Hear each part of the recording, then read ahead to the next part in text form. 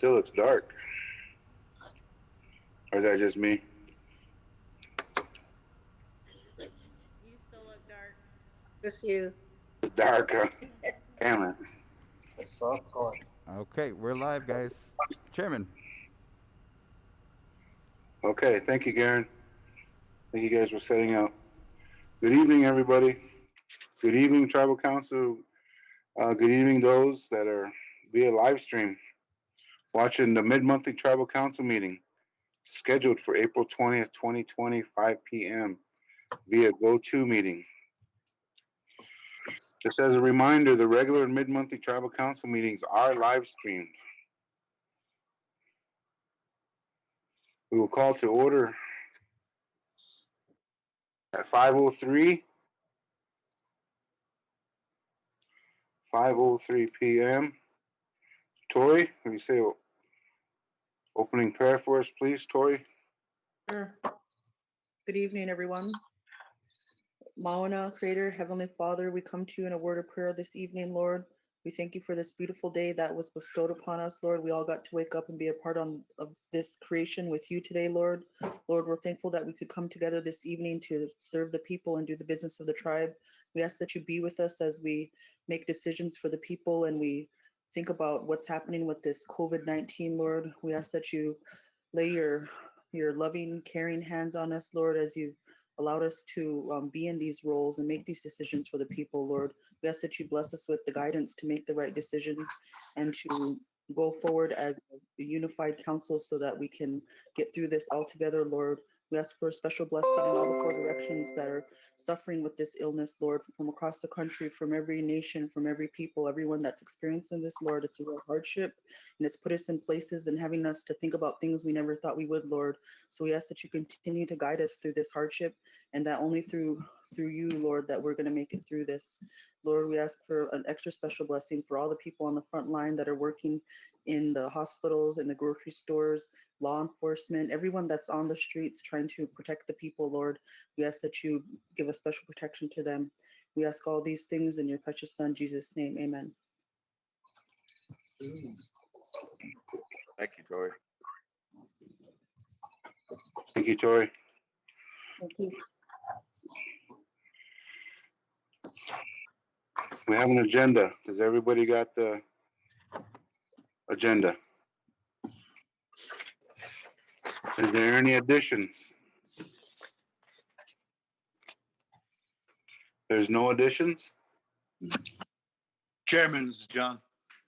Yes. I wanted to add additional preventative measures for COVID-19.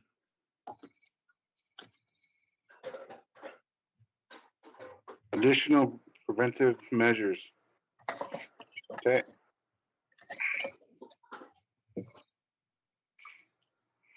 Is there any other additions? No other additions? Where's Dusty? Is Dusty on? Yes. Dusty is on, okay. Is there any objection? Can I get a motion to approve the agenda, please? Motion to approve, Mr. Chair. Amended agenda. Second. Okay. I got moved by Mel, second by Louie. Nope. Any discussion? No discussion? Any objections? No objections. Motion passed. 7-0-0. First item is the minutes. April 6, 2020, regular tribal council meeting minutes. Is there a motion to approve? Motion to approve. Mel? Second. Who made the motion? Dusty. Okay. And Melton second. Yes. Any discussion? Is there any objections? No objections.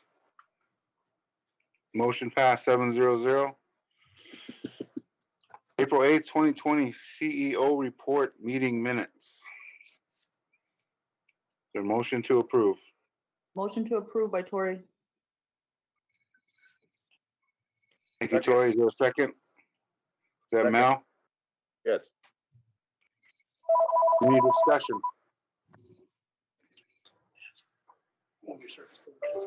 Oh, okay. Yeah. Can you get your light a little better?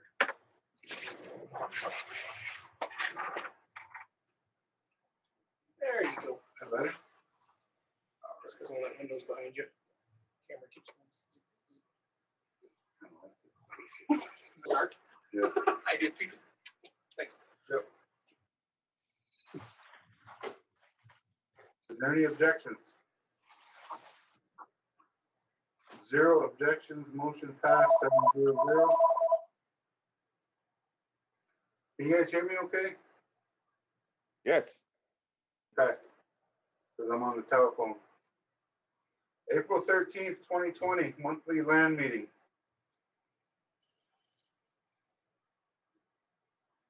Is there a motion to approve? Motion to approve, Mr. Chair. Second. Motion by Rollins, second by Louis. Discussion? Any objections? No objections. Motion passed, 7-0-0. April 15th, 2020, general council meeting. Have a motion to approve. Motion to approve. Motion by Mel, is there a second? Second. Eric? Any discussion? Any objection?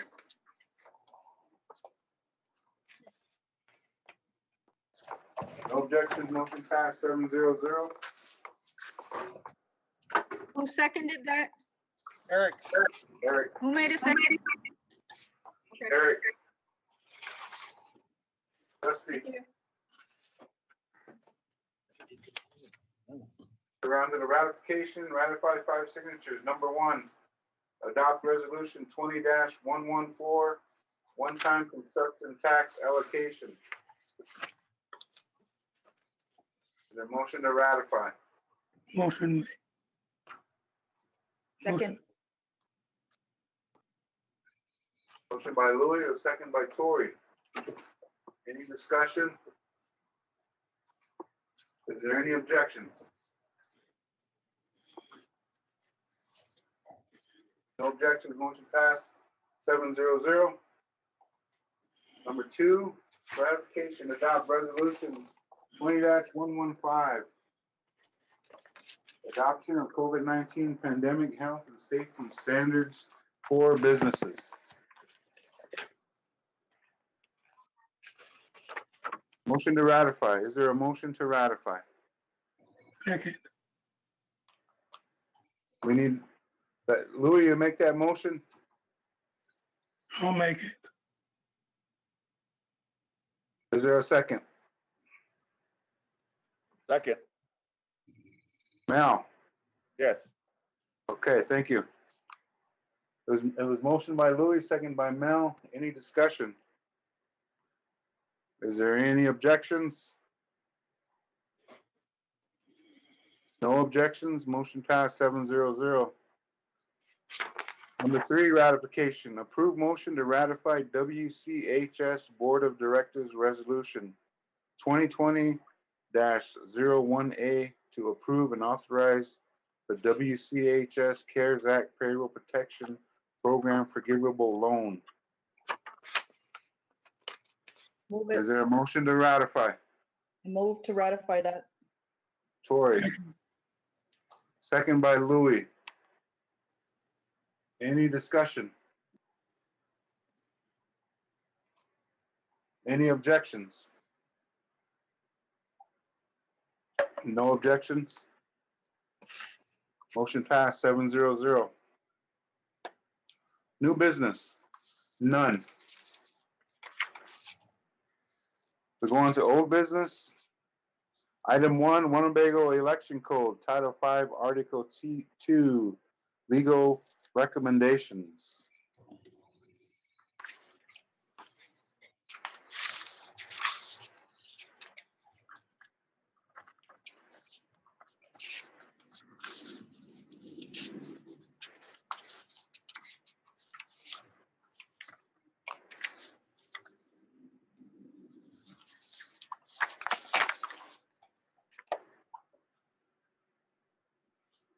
Discussion.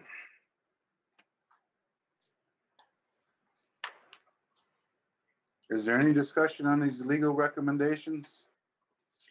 I have a comment, Chairman. Comment? Well, I'm glad that we've got a solution in front of us and a fix, and I just and looking at the current language versus the suggested language, you know, I guess I just don't really know how to craft or how we want to do this, or if we just adopt the recommendations that are in this memo, but or if they're worth reading for the membership. How do you want to proceed in sharing what's in this memo?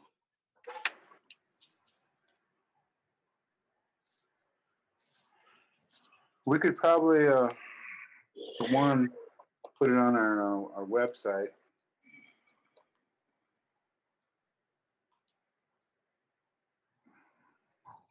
Number two, I guess what I'm saying is I'm in support of these fixes to the Title V, Article 2. But I also would hope that we could somehow share this with the membership so they know exactly what's being suggested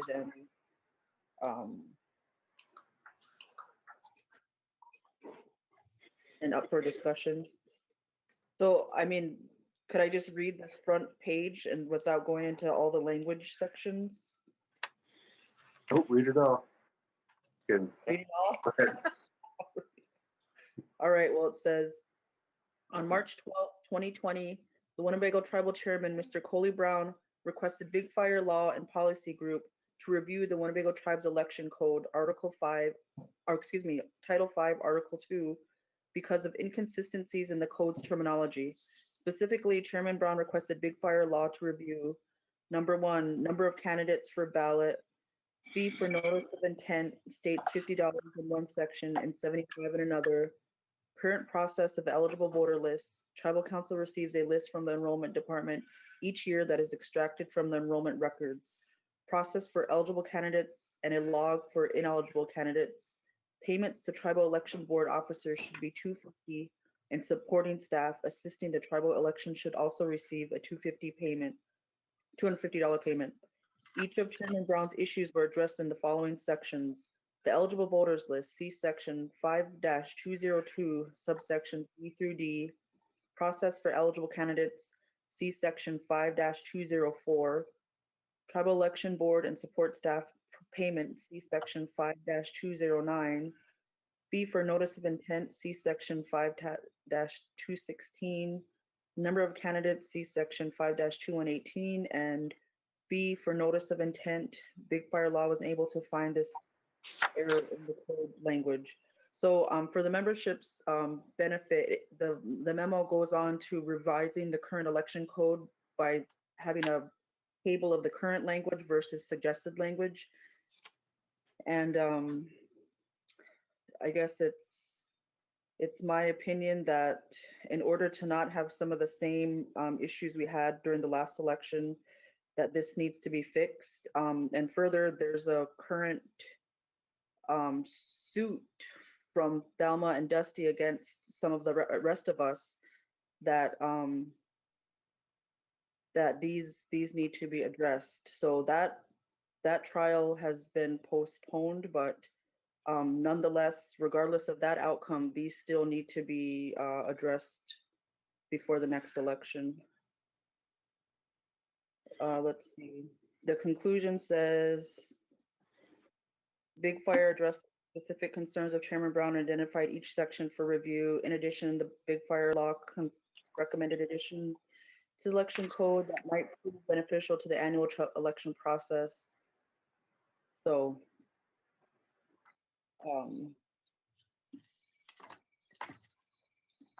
So is this whole packet on the tribe's Facebook, or how could the membership see this?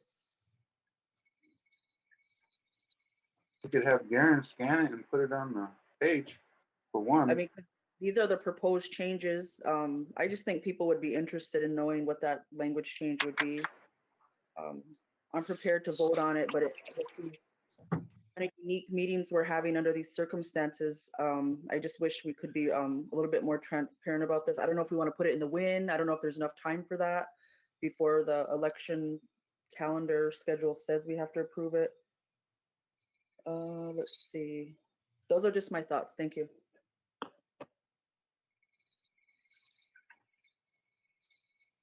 I know the wind just went out last week, late last week, Thursday or Friday. So,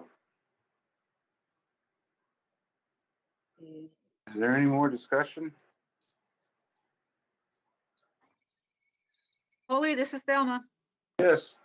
In reading this, where does it say in there that it says they're getting the names from the enrollment, but it doesn't say anything on that they have to live on a reservation? I didn't see that in there. And also, it talks about, I don't know if it's this section or the next one, taking 2 per seat. So that would have been 8 if there's a like 4 seats that needs to be appointed to. My thought is just to leave it at 6 for the primary and take the top 4 highest, the ones who's got the highest vote.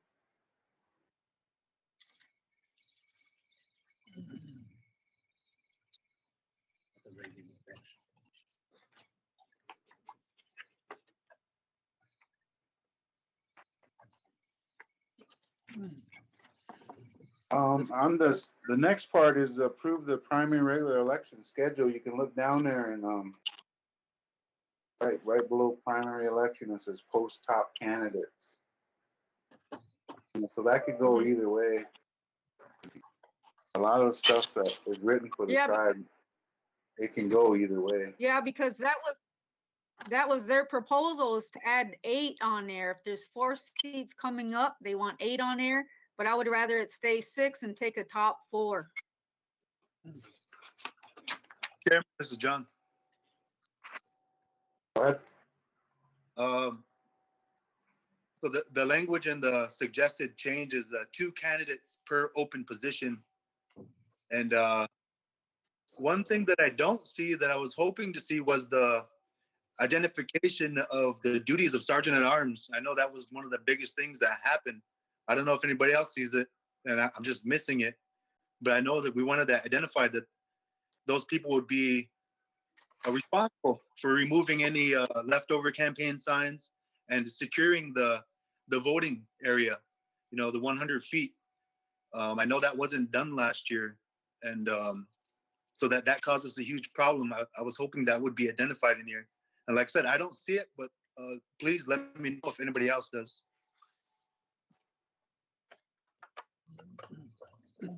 Chairman, Yes. I would agree with Thelma on that, on leaving it at 6 and just taking the ones off the regular election, and then pull them off the. If for example, if we were looking for 4 seats and we just went with 6 from the primary election, and then for the regular election, we can pull the 4 off of there. So I'd agree with Thelma on that.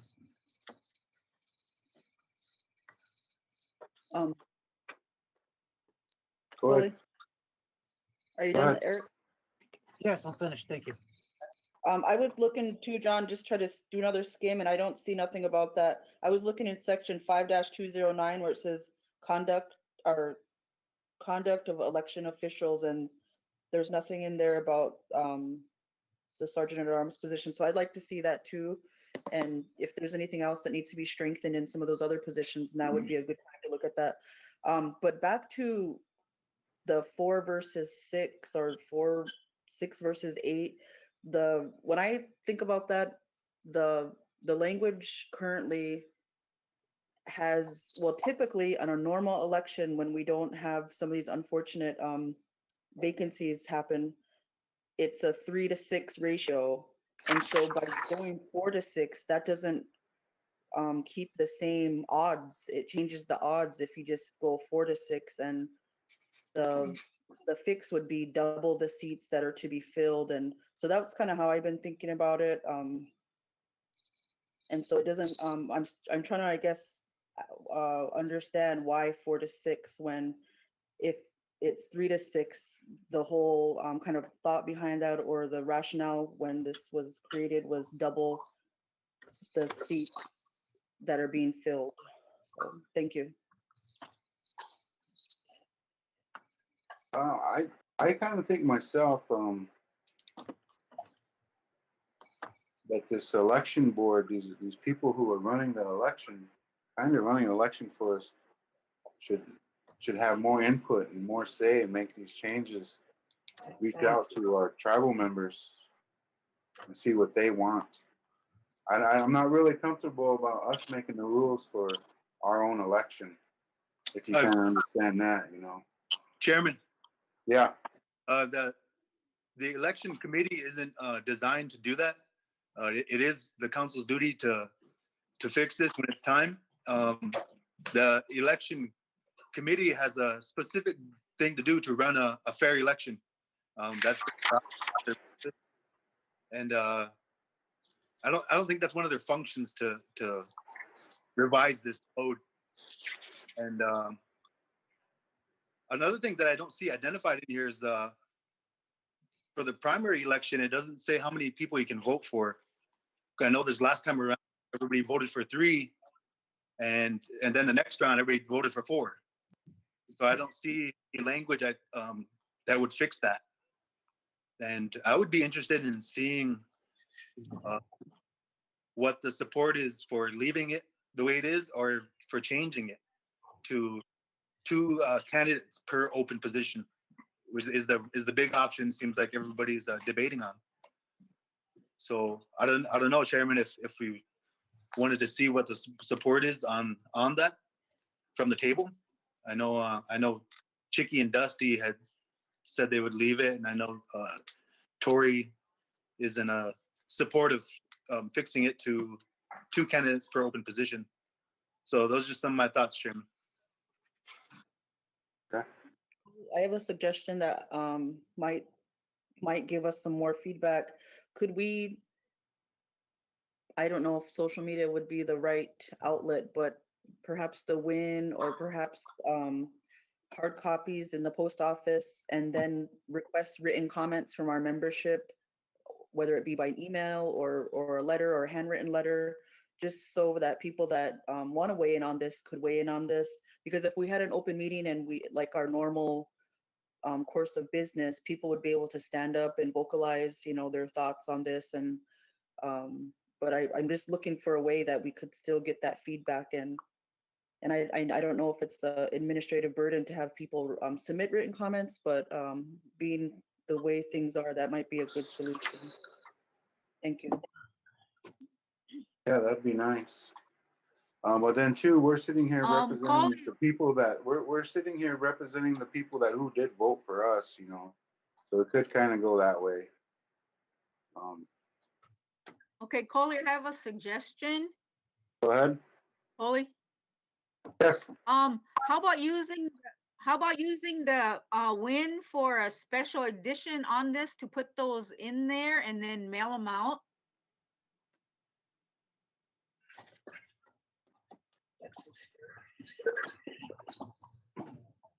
I'd agree with that. How long is that going to take, do you think? Expedited. Garen, ask Garen.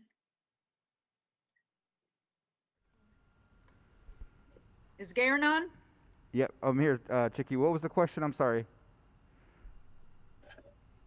If we can use the Win to get a special edition out, expedited on this enrollment code.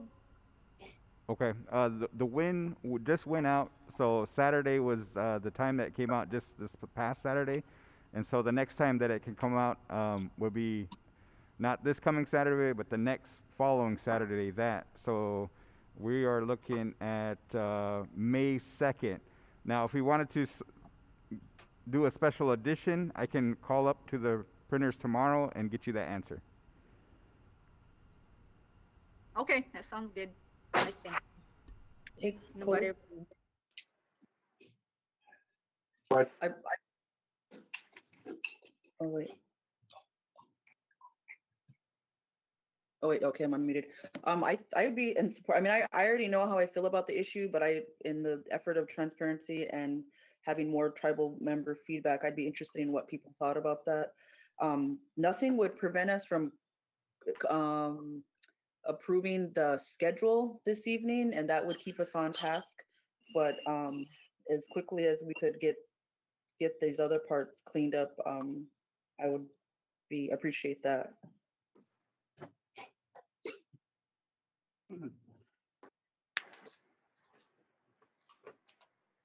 Chairman, yes, another, I guess one of the things that I would like to see since we're on this discussion is the boundaries of the Winnebago tribe from 1865, and any additional land that may belong to the tribe hasn't gone through the Senate yet, and it hasn't come back to the tribe. And so with that parameters of the 1865 purchase of this land, that would be the boundaries that we would seek to have our our running candidates picked from.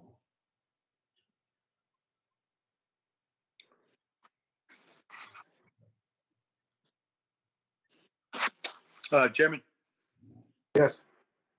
on 5-204 qualification of candidates, it does read the tribal council shall be the sole judge of the qualifications of its own members. And so that's kind of something that's decided every year. And I don't know if we want to put it in there, or how what it would look like if we put that in there. That the boundaries of the qualification, not living in any other tribal land that's in the boundaries. But I just want to say that much, and I have at least 3 items that I would like to see in this code that I thought was going to be there, but they're not. So I don't know how we move forward with the big issue of number of candidates, but I'm not ready to act on this tonight. I think, I'm sorry. Are you done, John? Okay. Just real quick, that because we can have a congregation of 10 individuals, and for the way that conversation flows, I think the tribal council should get together in the gym and converse more on this subject for the elections coming up. And so I just like to say that communication would flow a little bit better, and it don't have to be a meeting. It's just a discussion on a direction that we can come to as the election gets closer. Thank you.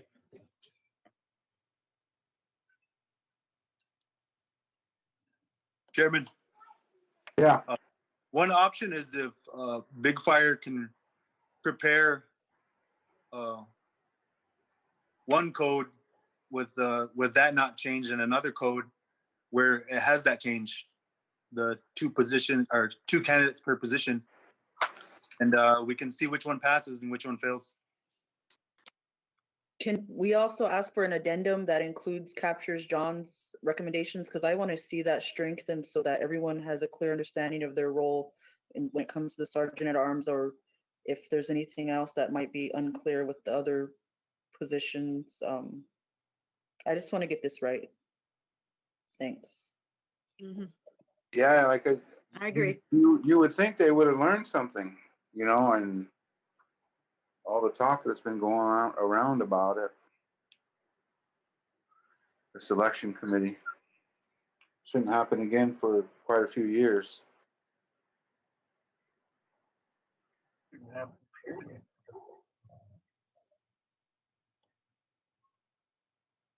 Okay.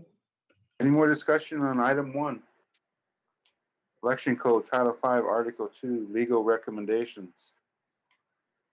Mr. Chairman, I would like to make a motion to send this memo back to for revisions and to capture those 2 formats John mentioned.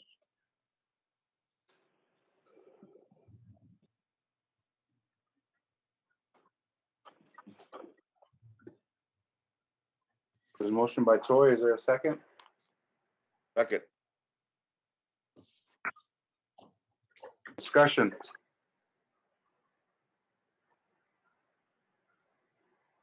Okay. Could you all, who wants to make changes, make sure you get on this and send it into Big Fire so it can be written down. So we can try and get this approved. We're gonna send it back to the attorney to be revised for another draft. Yes, please. Yep. Motion by Toy and a second by Mal to send back to Big Fire to make some additional changes. Is there any discussion? Is there any objections?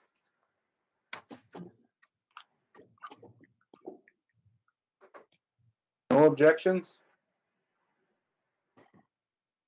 No objections. Motion passed 7-0-0. Item 2, approve the primary and regular election schedule. Motion to approve. Second. Was that Tory? Yes, please. Any discussion? Discussion, Chairman. Yes. Being the way things are, and we don't know how it's going to be when these elections coming up, and it's a very crucial thing to our government, and so ensuring that we can continue and have a successful election, a safe election. I think we should start looking into how we can conduct one during a pandemic and how we can safely do that. I think we should start having them thoughts and them conversations on how we can accomplish an election in case it is during a pandemic.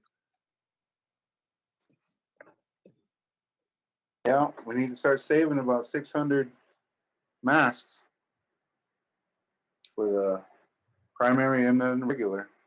Be one thing. And we'll do all the precautions that are out there to do, we'll do. For sure. Yeah. Well, I guess my first thought was the county had sent out, the ballots to be sent in, but I kind of don't want to do it that way because I just don't think we'd have a good response. But then my next thought as we're sitting here was, would it be something like the wakes in the way that they've been administered? Would public health play a role in that and screening people to come in? And how would we capture their vote if they were feverish? I want to have a sit down on how that exactly works, but I like your thinking, John, and that we have enough time to prepare from now till this fall for that. Thank you. Thank you. Any more discussion? Is there any objections? No objections. Motion passed 7-0-0.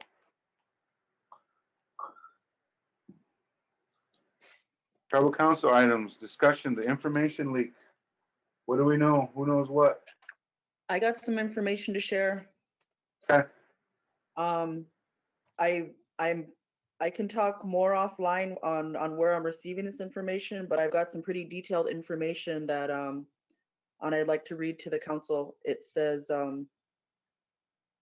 it talks about it's a terrible breach and that some tribes are calling for a criminal investigation as our council has suggested.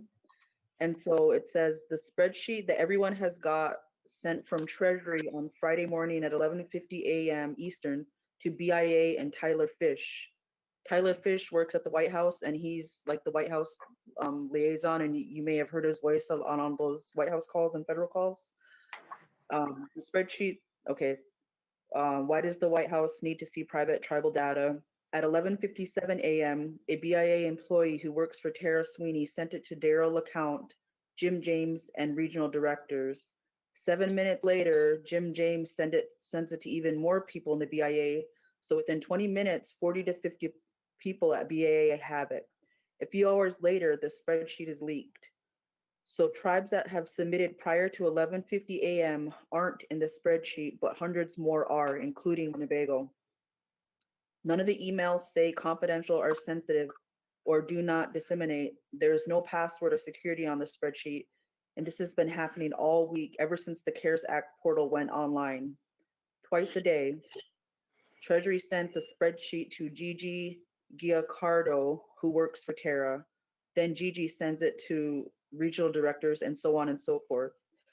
So there's people that know, like the emails, and you can see who you forward your email to. And so people know exactly who and what. And I think all the more reason why I'm thankful that the council called for a letter to send, because this information is available if random people, because it probably keeps getting sent out and they can see this big long email chain on who got it and the chain of custody. So I think that definitely personnel within the BIA office are at fault. The Treasury, has a role in it as well. And it's just unfortunate because tribes protect this type of information for much good cause and protection of our finances and the hands that these can get into. And I do agree that tomorrow I have a HHS stat call, and one of the things I want to talk about with some of those agencies is that this information, not be used against tribes, and that we start that conversation right now. So that's what I know. And it's pretty detailed, which just shows that more people outside of the agency have these emails as well.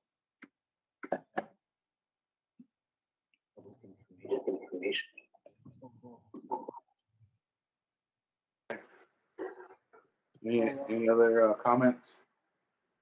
Mr. Chair, Roland? yes. Thank you, Corey, for sharing that information with the rest of the tribal council.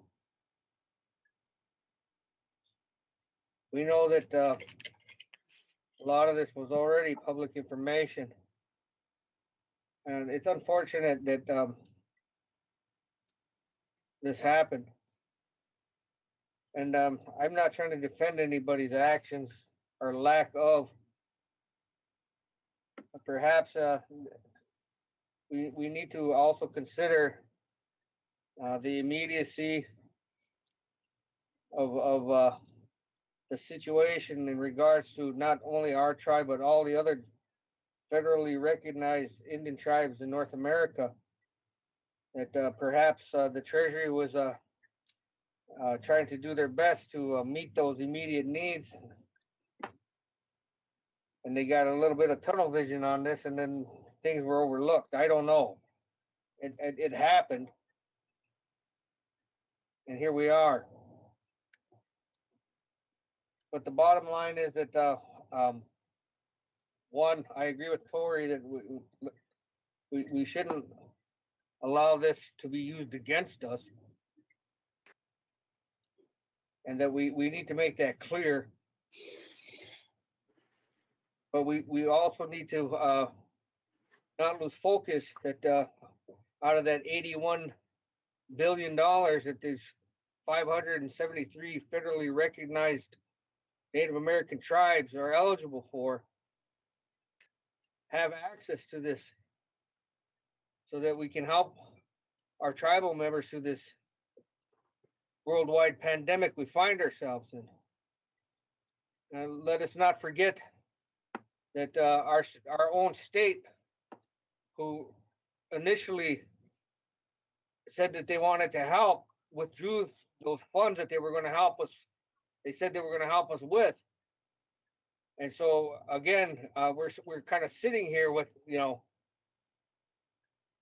with nothing.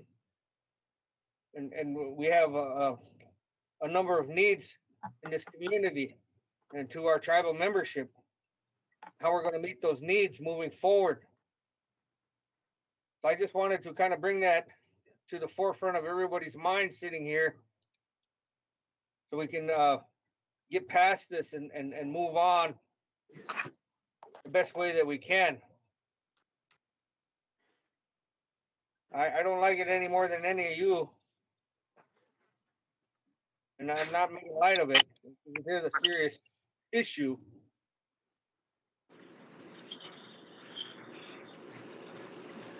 Let's move forward with caution. That's all I got, Mr. Chair. Thanks, Chair- Ron. John, Chairman. Yeah. I want to say that those funds, the relief funds, have been made available to tribes, and that was done. You know, that was action that was completed. And what happened? This information leak was a separate thing, and to combine them wouldn't be right, I would say. And to me, I'm totally against it, and it's unacceptable, and I won't stand for it. I think there's a lot of tribes that feel the same way, and to say that we're getting this money and we should just be thankful and who cares if they know, I don't think that's what's right. I think leaked, and there was a duty for them to secure that information of all the tribes of this, all the 500 plus tribes. So I just wanted to express my thoughts on that, on where I sit and what I won't stand for our people. Thank you. Thanks, John. Like I've been saying, I'm very proud of our tribe. I'm very proud of our past council members who left money in the bank for us. You know, I know we don't want to spend it. I don't want to spend it, but we got it, and we're okay. That state money is coming back out again. It's going to come around. I had a phone call with Larry Wright, and he met with all the. There's supposed to be a letter coming out. It might be out, or it might come out first thing in the morning. And he said that state funding, there's all kinds of. He said a lot of stuff, and that letter be coming out from that administration, maybe tonight or tomorrow, and I will forward that to you as soon as I get it, so y'all can read it. And he kind of also stated that, yeah, you know, like Roland said, all this information is kind of personal, but it didn't hit our bank accounts. You know, they didn't hack into our banks, our financial stuff. They got our acres. They got a number of people we got, and numbers like that. It is serious. Yes, there was, you know, and we will do what we have to do. We'll write letters and throw them at them and see what happens. The state answered. They turned their decision around, maybe because of the letters that were wrote and how we were upset and disappointed. So I want to let you guys know that we can. It sounds like we can do that, or we can just sit back and wait for the federal money. I don't know. You guys are gonna have to read that. As soon as I get it, I will get it to you guys. But he said that state money, that state funding, that was the L98, whatever, that they took back. They reneged on us, and they opened it back up, and possibly hit our accounts by next week. That's what they told him. Sounded good. So we'll see. Like I said, as soon as I get that letter, I will forward it to you all. Coley, I have another comment. Yes. Thank you, Council, for your comments, and thank you, Coley, for being on top of that with the state funding and for all the support to send that letter, because I think now's the time where we have to, I guess, how they say, hold their feet to the fire and make sure that they're following through with their word. And the thing that I'm thinking about with this breach of confidentiality with what the tribe submitted, I think that it's a second kind of sour incident that has happened with this COVID set aside money for Indian country. The first one we kind of talked about last week at General Council, and with much of this funding going to go to the Alaska Native corporations and how we weren't for that. And unfortunately, this is all under Tara Sweeney's leadership, and I can't say who's exactly responsible for the breach and who sent it to who. Perhaps it's just hearsay what I read to you guys this evening, but we have to hold somebody responsible. I want to offer another example.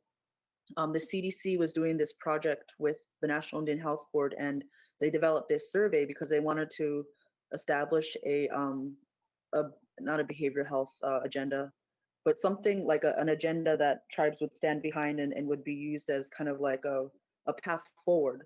And in that survey that they developed, they were asking all kinds of questions like tribes' third-party revenue, tribes' resources, and tribes pushed back, and they didn't want to provide that information because then that puts the agencies in a position to say, oh, well, you guys are okay. You're collecting this much third-party revenue, and it could be used as a basis for decision-making that could hurt a tribe. And so what I'm kind of thinking about is when the feds ask questions like that, it's not because they want to help you more, it's because they want to help you less. And so I'm really mindful of kind of that incident that happened with that CDC survey that was being developed, and why we don't want that information in their hands, and what type of numbers they'll crunch, on little bits of information. So I just want to hope that we follow the paper trail, and send that letter on our behalf. Thanks. Thanks, Tori.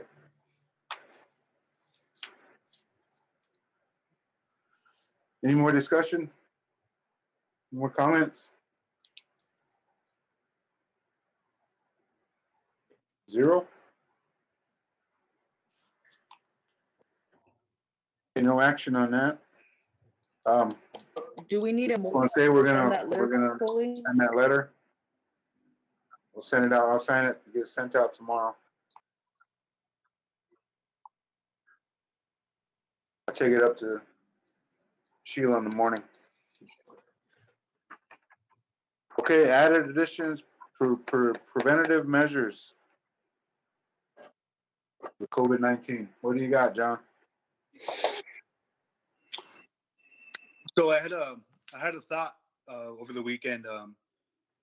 I'm the only my family for safety precautions that will go shopping, get our essential items, and I begun just to wear a mask, and it's getting more and more common, but sometimes it's not common. Sometimes you go in a store and there's a lot of people not wearing them, and I think about the virus that it could be present or it could have been present, and that it would have been nice if people wore masks.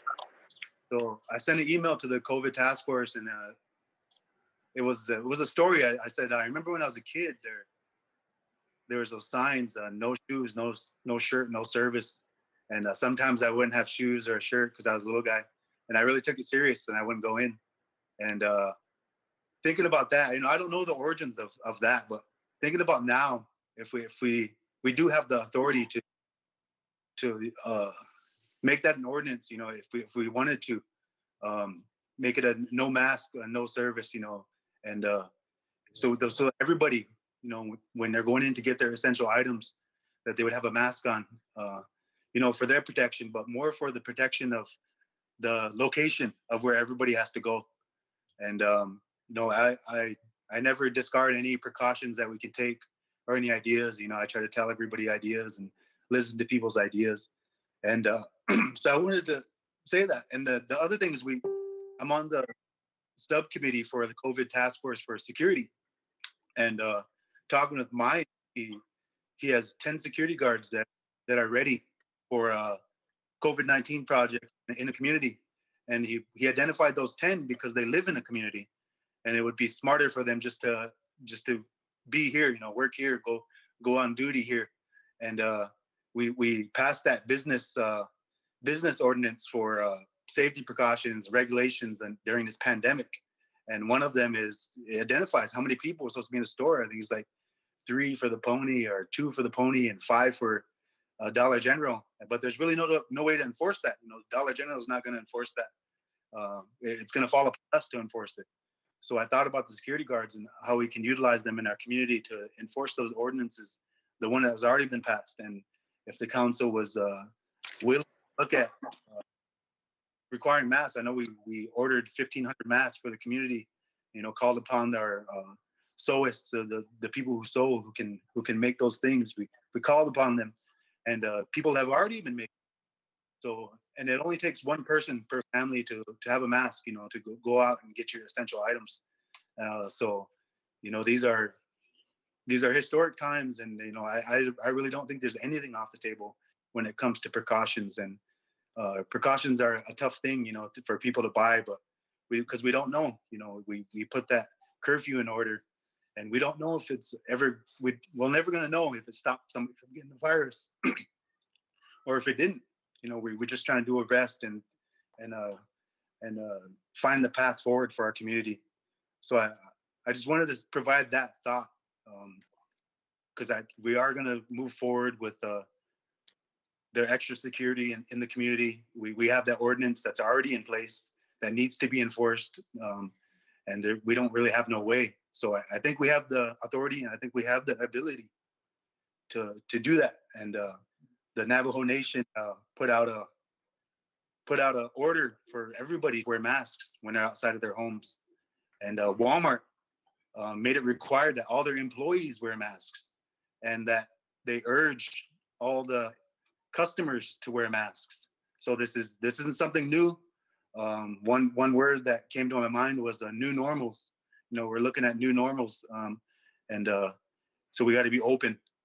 So saying that much, I would open it up to the rest of the council if you had any thoughts on taking those measures, or if we wanted to get it going and put it on the shelf if we need it, like we did with the curfew. Thank you. Thanks, John. Any other comments? This is Mel. Al? I'd like to say thank you to John for bringing that up. I would agree with that. Maybe even posting a sign, in the entryway before you walk in. Then with the security thing, I know that the staff is somewhat kind of short, but there 4:00 the other morning, there was someone flying through our yard a good 50, 60 miles an hour through our streets. And so I would like to see if possible, we could utilize those guys in an after hour thing, 12 to 5 or 12 to 6. To enforce the curfew. Thanks, Mel. Thanks, Mel. Any other comments? Yes, I have a couple comments. I think that those are some really good ideas, John. And I would be supportive of that. But I just wanted to make sure that before we enacted anything like that, that we make sure that tribal members had access to those masks first. How we can ensure that action was taken first, I don't know. But I would like to make sure that they have the mask so they can have access to one, the store where the food items are that they're going to need, and then two, be allowed in at, would you say 4 at a time? Yeah, for the Dollar General, it states 5 at a time. Yeah, okay, 5 at a time. I don't have a problem with that. I just want to any of it. I just want to make sure that our members have access before we enact any kind of ordinance. That's all. I don't know if you guys would agree. Yeah, we've had some of them conversations, and we said, well, we order for the community. It only takes one per household. Not everybody needs a mask. And then we're thinking about the elders. When they come in, it was like maybe we can have a supply of masks. The security guard that's posted outside could have a supply of masks if an elder showed up and they didn't have a mask, so we can take care of that for them. So you're right. Well, you're right. We thought of that, and we're trying to look how we can get that accomplished and make those available And I think the council made a big step towards that already in approving those 1,500 masks.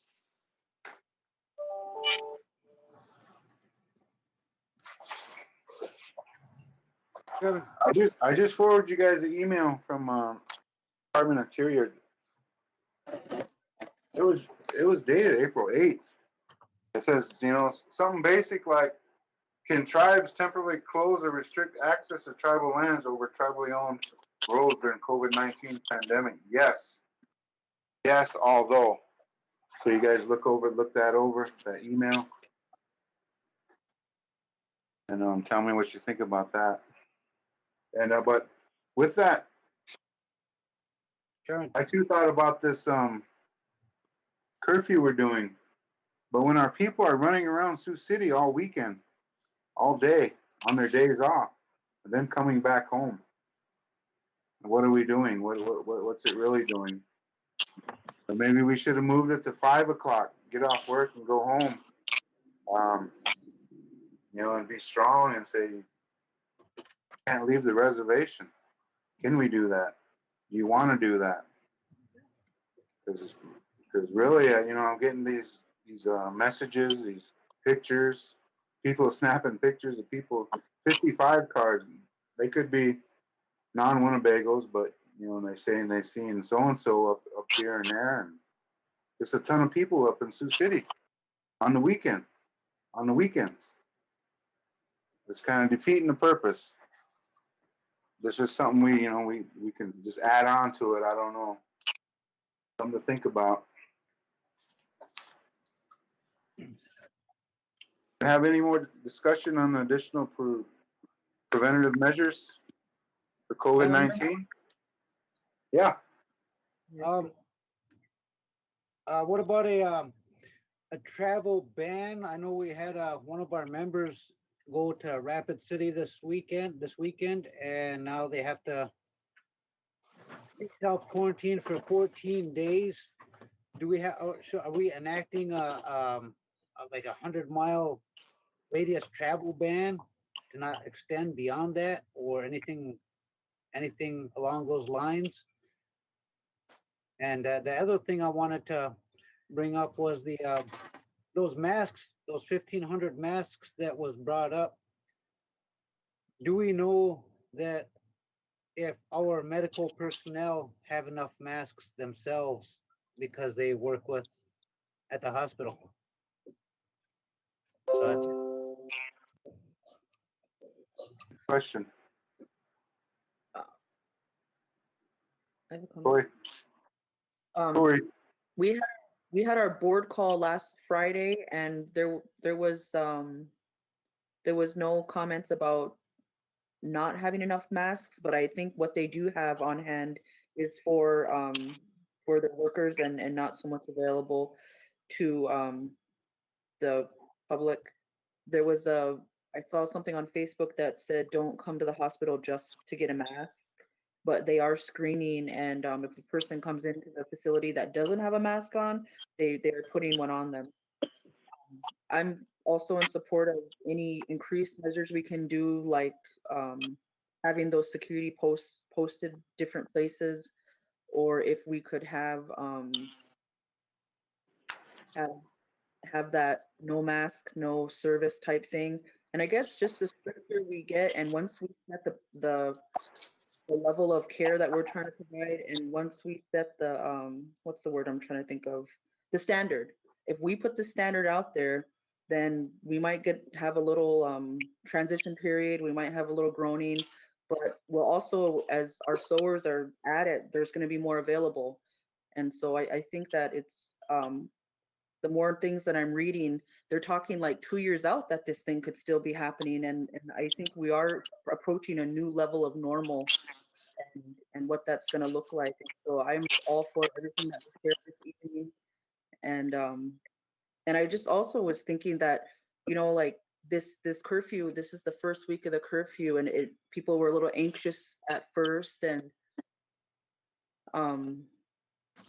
it even seems like it makes people want to be a little defiant. There was some activity over by my mom's house the other night, and they had somebody take off, and I saw these cop cars posted up on both ends of the streets, and it just puts an increased strain on our law enforcement when people are not compliant, I guess. And then I felt kind of bad because we were making a food run, and then we came back, and I was like, just felt guilty passing through town, and then all that was going on, and it just makes people more stressed out. And I support law enforcement and whatever has to be done to support the community.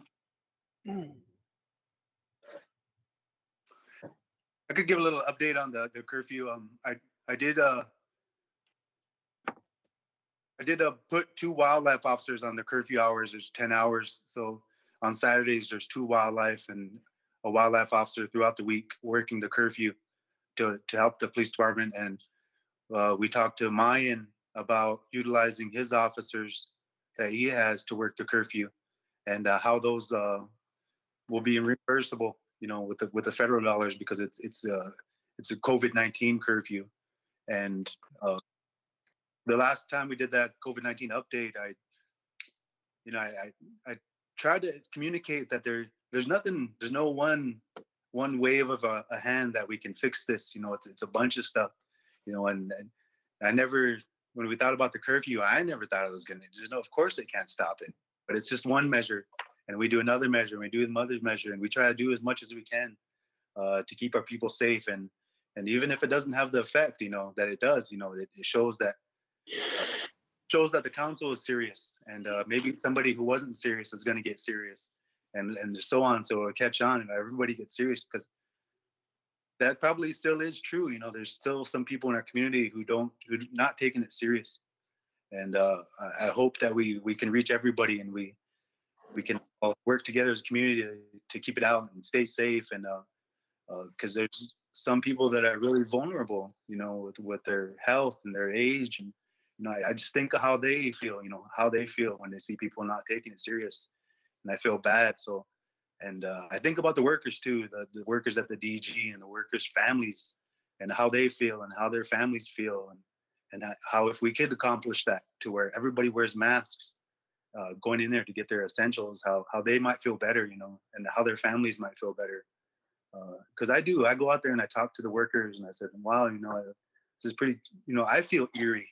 I feel a little spooky when I go get the groceries, and I can't imagine how they feel, that they work their 8 hours, and people come in with no masks, and, maybe even coughing, and so I try to think about everybody in every situation.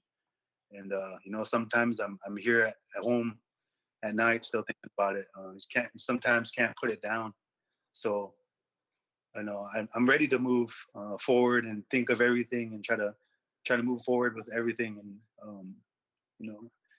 explore every precautionary area that we can, and look at those new normals. And because we do, this never happened before. We got to really think, and really be creative, and try things. I'm not saying everything's right and everything's gonna work, but at least we try it, and then we'll find out sooner if it's wrong, and then we could try something else. So, that's how I feel about it. Thank you. Thanks, John. Yeah, Eric. One last thing. For that COVID-19 task force that we created, I know when we created it, I know we covered this 1,500 masks thing just here in the last few minutes, but we were talking about hand sanitizers for the community at one point. Do we have anything on that?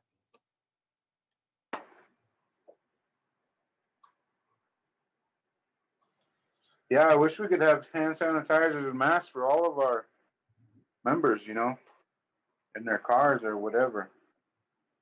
But I don't. Does anybody have a number? What we have? No, no, I don't have a number what we have, but it would be a good idea. I've seen on Facebook other tribes putting together kind of like they're more like food kits and boxes of supplies, but we haven't. I know the elders have been getting service and things like that, but that might be something that we could try to see what what's actually available out there, and put together some of these things that might include a box of gloves, a mask for a shopper per family, and maybe some of those hand sanitizers. I think that'd be nice. Well, one thing is I don't know if we have access to those things and what Shar could get through her procurement department. And but I think that'd be a really nice thing to do.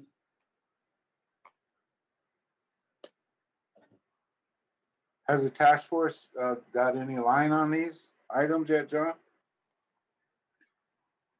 The only money that the task force currently has is the money that we did for food, that the council allocated for food. Anything additional, I'm not sure where those funds would be identified at.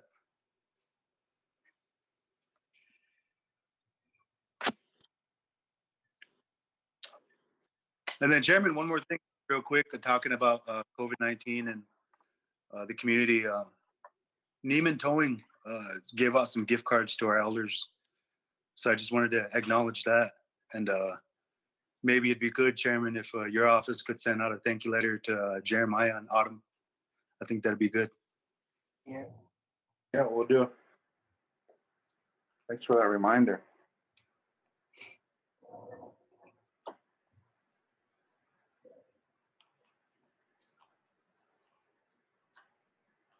Any more discussion on the preventative measures for COVID-19? That's it for the agenda. Is there a motion to adjourn?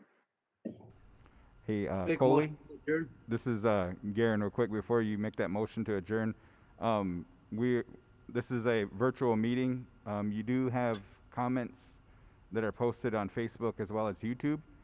I don't know if you wanted me to read those comments or if you just wanted to direct those people that, because usually the audience members would get up and ask you guys questions, just to communicate some of those questions. I don't know if you wanted me to ask those questions of the council or just direct those people to your guys' email on the tribe's website. How many questions is there? What do you think, Erica? Probably 3 or 4 that were asked. There's 3 or 4. Let's take those 3 or 4 then and see if we can answer them real quick. Is it possible for the food distribution program to supplement families that are not able to receive anything, relief or stimulus or EBT?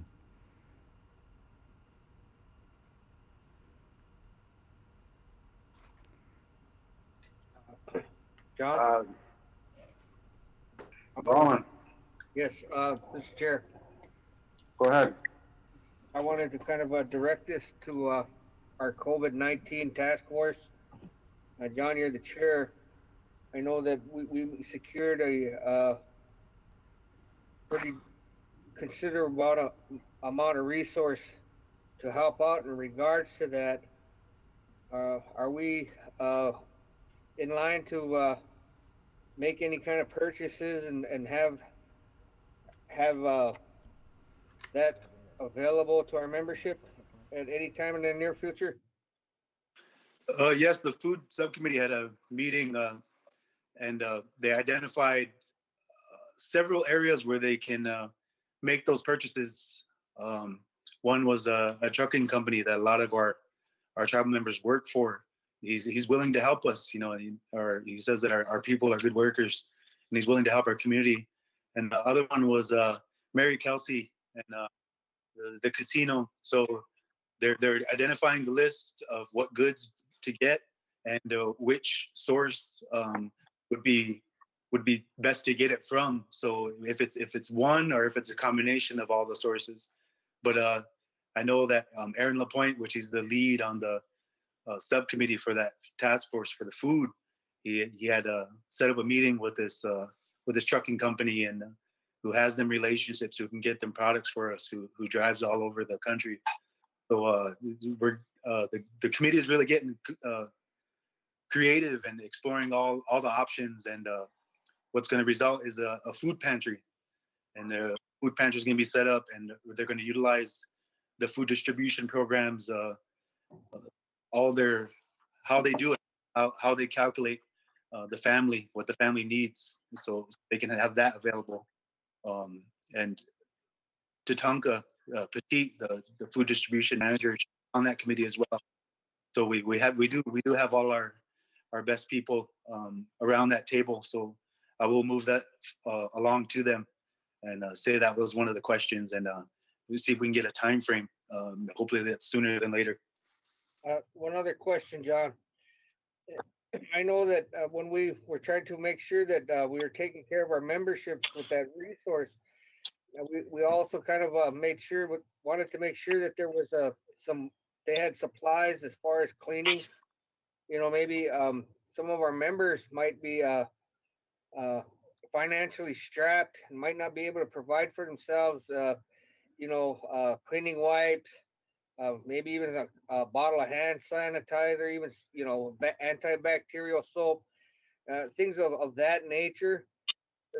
I would like to make sure that we have those items available to them as well, besides food stock items with that resource, so that we're trying to cover everything with what we put toward that. Chairman, would some of that language in that resolution need to be changed, allocating some of that to disinfecting supplies? Because I don't know if we're tied in just to food on that resolution. I don't know. I guess we can. I'll ask what we need to do to make that an option as well. I just want to make sure that they have all the opportunities to their advantage, so that we're totally covering them. So we're all working together to make sure that we're taking care of our people. That was all. Thank you. Yeah.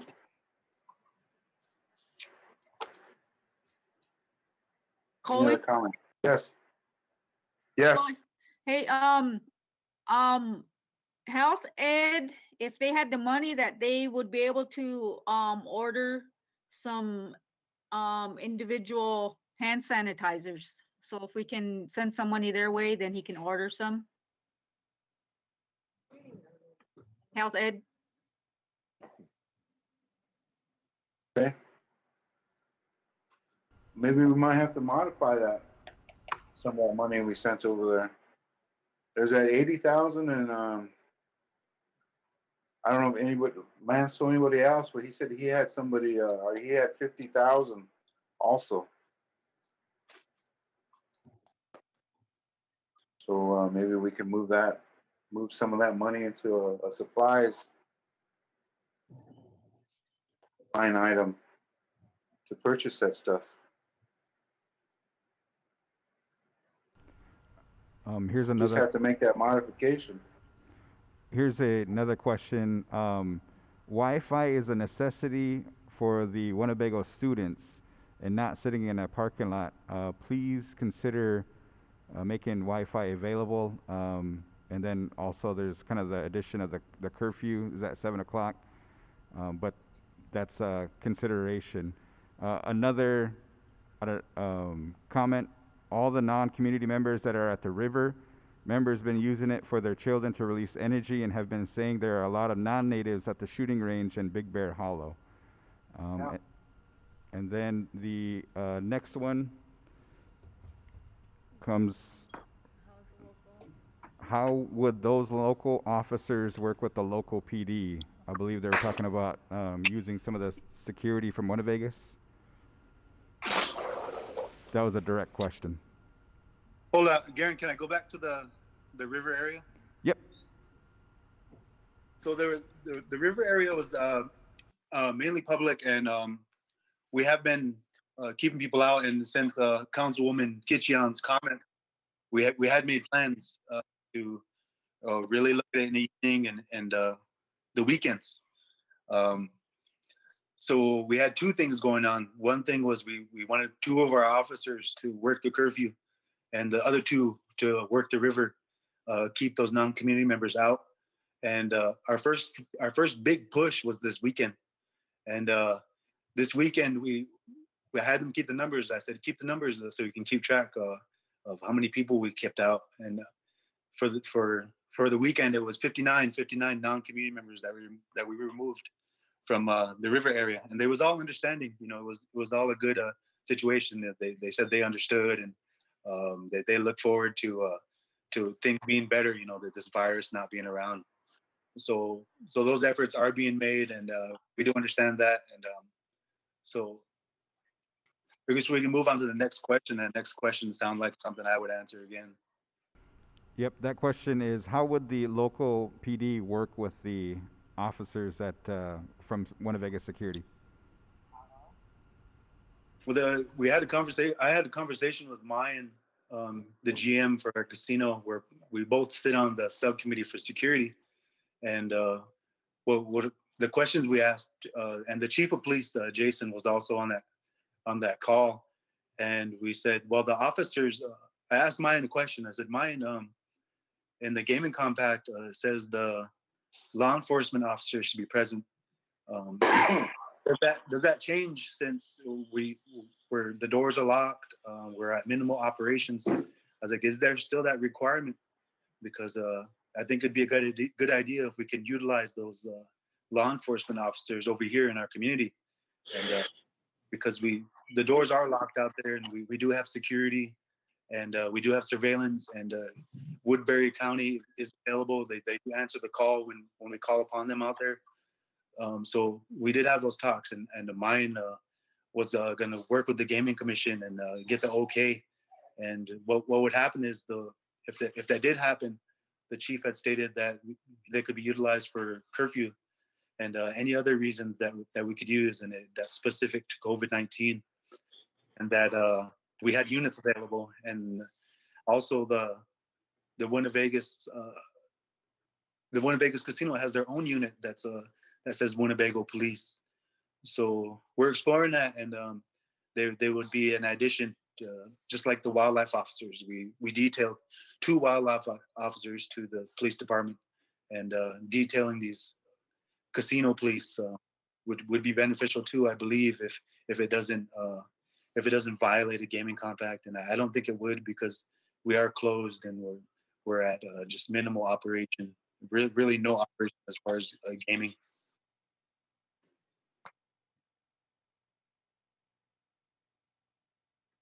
Okay. Thank you, John. Numbers are really impressive. That's a lot more people than I even thought. Thank you for monitoring that.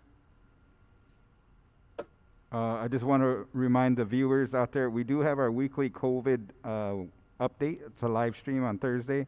So if you have a question, we do have representatives. Chairman Brown usually joins us on that, as well as Vice Chairman Snowball, to take your questions. So if we didn't get your question tonight, we wanted to make sure that if you want to send that in, you can email covid@winnebagotribe.com. Just a few more comments for the council, just to keep you apprised and communicate what is being said out there on the social media. With the COVID-19, is the tribe allowing children to hang out at the slab? And then another question is, why were the families denied commods from the Winnebago Food Distribution, whom took in foster children, family members from Child and Family Services? I thought our tribe was for the elders and children. Now, folks, if you do have more questions like that, and we do have the Winnebago Tribe, it's www.winnebagotribe.com, and there's also information. I believe the food distribution program has a statement, so if you, as well as a contact information if you need to get a hold of them to see why they were denied. With that, that's I believe all the questions that we have and comments. Good, John. Thank you. I would be pretty sure that the food distribution program didn't deny anybody. Just they have regulations now, and they might lighten them up a little bit, but they had to follow their rules and regulations. We'll find out, though. If they have more information, they can send that in, who they are, when they applied, and so on and so on. Okay? With that, is there a motion to adjourn?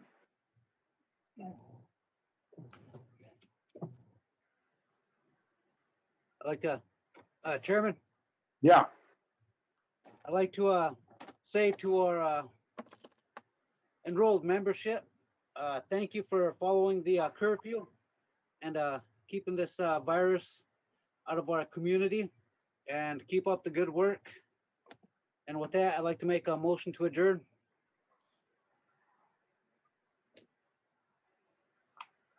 Motion by Eric, is there a second? Second. Second by Tori. I wanted just to make a quick comment on kind of what Eric said. You know, the hospital there, they tested 13 or 14. I don't know if I should be telling this information, Tori, do you think? But Just numbers. yeah, 13 negative, 1 positive, but that positive is not a tribal member. They're not a Winnebago tribal member, but lives in Dakota City also, too. So those are the numbers we have right now from that. So we are still COVID-19 free. And I don't know how that testing went at the hospital. If they actually went in or do they test them on the outside? I don't know.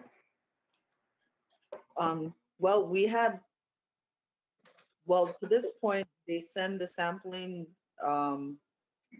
elsewhere to other labs. But since we got that rapid testing, I think there were only 22 of those that we received. And I know I haven't seen their criteria on, but I know they were being pretty selective with those. So I don't know the answer. But, our supplies are very low and limited with that new rapid testing, and I think there was going to be criteria developed on who and when they would kind of invoke that process. Chairman, can I comment?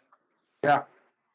I just wanted to say, since the chairman brought that up, that the hospital does have precautions in place, and when somebody comes in, they're sick, they're treated as though they have COVID-19, and every precaution is made, and it's new that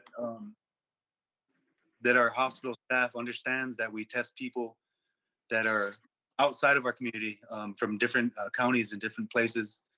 So we understood that this could be a possibility, and it happened, you know, and we tested somebody positive, but they was from a different county.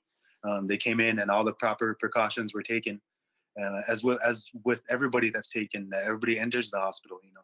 I've seen it firsthand. I've went there myself. So I just want to say that much, and I also want to say thank you to Eric for saying what he said about the curfew. You know, I was really impressed, and I'm really proud of this community, the way they're honoring it, and you know, and it's just like, again, it's just one measure. I understand it's not the perfect answer. There is no perfect answer, but I'm really proud of this community, the way they responded, and our law enforcement and the wildlife officers. You know, we really have a good team. You know, and they're doing good for us. So say that much. Thank you. Thanks, John. Is there any objection to adjourn? No objections? We're adjourned at 6:26 p.m. Have a good night, everybody. Be safe.